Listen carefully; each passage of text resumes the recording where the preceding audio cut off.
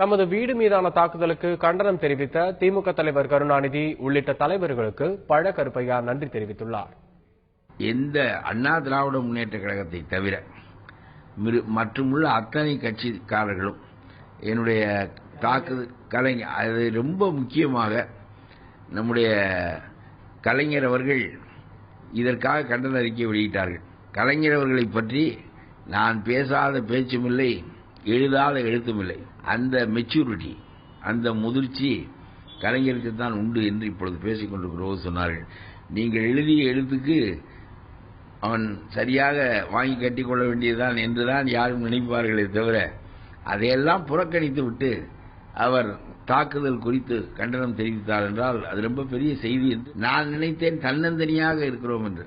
ஆனால் தமிழ்நாட்டில் முதலமைச்சர் அம்மாவை தவிர மற்ற எல்லாரும் இதுபோன்ற செயல்களுக்கு எதிராக இருக்கிறார்கள்.